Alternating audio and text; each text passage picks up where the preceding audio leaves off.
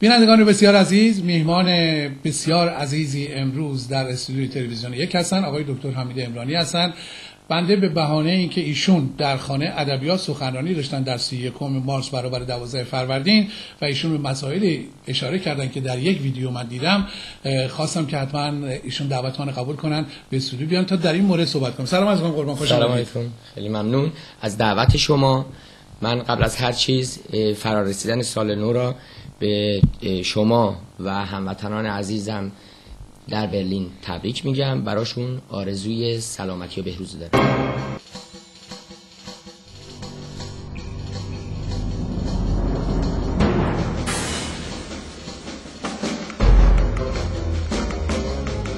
از این لحظه به بعد اونچه که آقای دکتر حمید عمرانی صحبت میکنن مسئول گفتار خودشون هستن و اگر شما هم فکر میکنید که باید پاسخگو باشید و فکر میکنید که یک جای قضیه به قول معروف درست نیست، حتما به ما تلفن کنید. به شما وقت میدیم که بیاید جلوی دوربین بنشینید و حرف خودتون رو بزنید.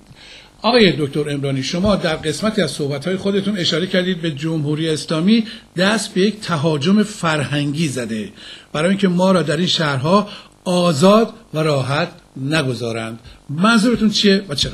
بله، من در خرداد 60 موقعی که به دفتر هماهنگی حمله میشد، آخرین کاری که کردم در اونجا را قفل کردم با هماهنگی کجا؟ در اصفهان. بله.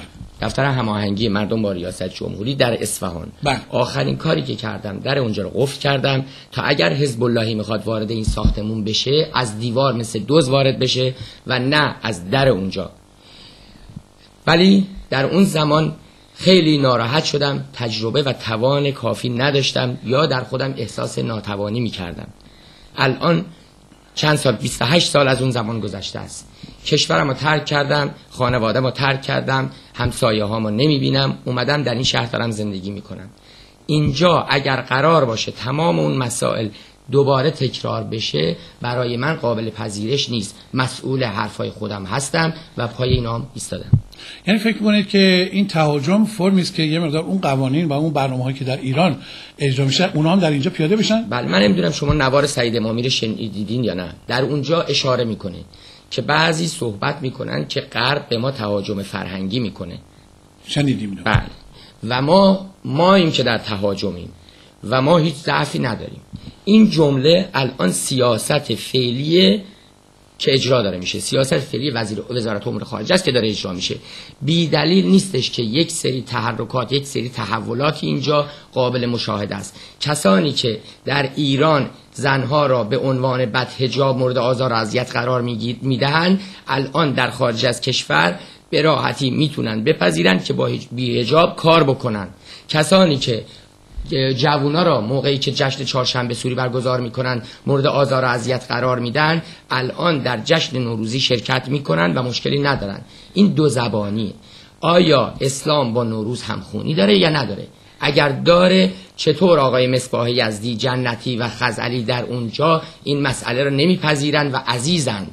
و اگر نداره، این رفتار چیه؟ آیا یک رفتار صادقانه است؟ اگر صادقانه است، پس چرا سفارت به نام خودش جشن نوروزی نمیگذاره تا همه بدونن در اون جشن میخوان شرکت بکنن یا نه؟ بله.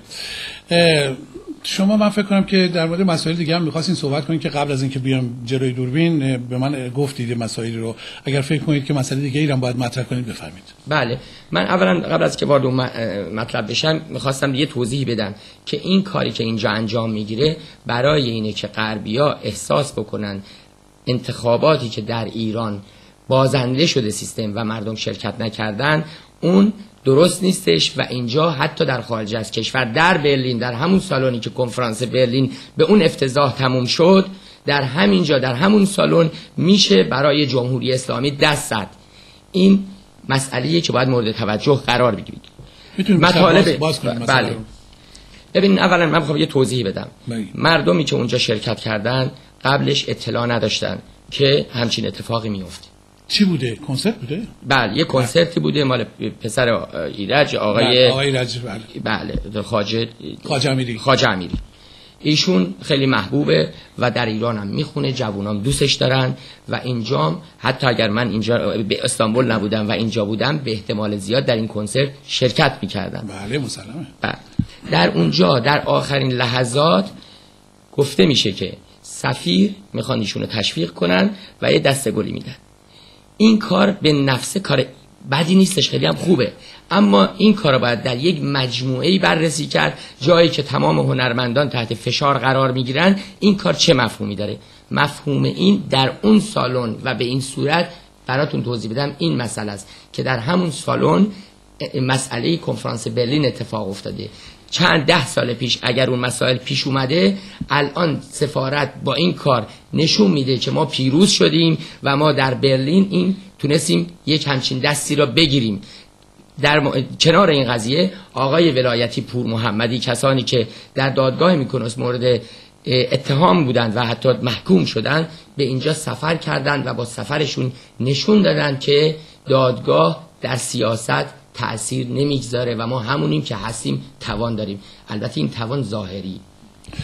من فکر میکنم که اول برگردیم به همین کنسرت که شما اشاره کردین. برجت هنرمندا اصلا کلا موسیقی نباید مرز داشته باشه، هنرمندا باید بر کشوری برن، ولی بهره برداری سیاسی درست نیست. دقیقاً. یعنی اینکه من به عنوان یک شنونده وقتی میرم کنسرت پسر آقای شجریان یا پسر آقای ایرج رو میبینم، دلم میخواد موسیقی ایران کشور خودم رو بشنوم و لذت ببرم.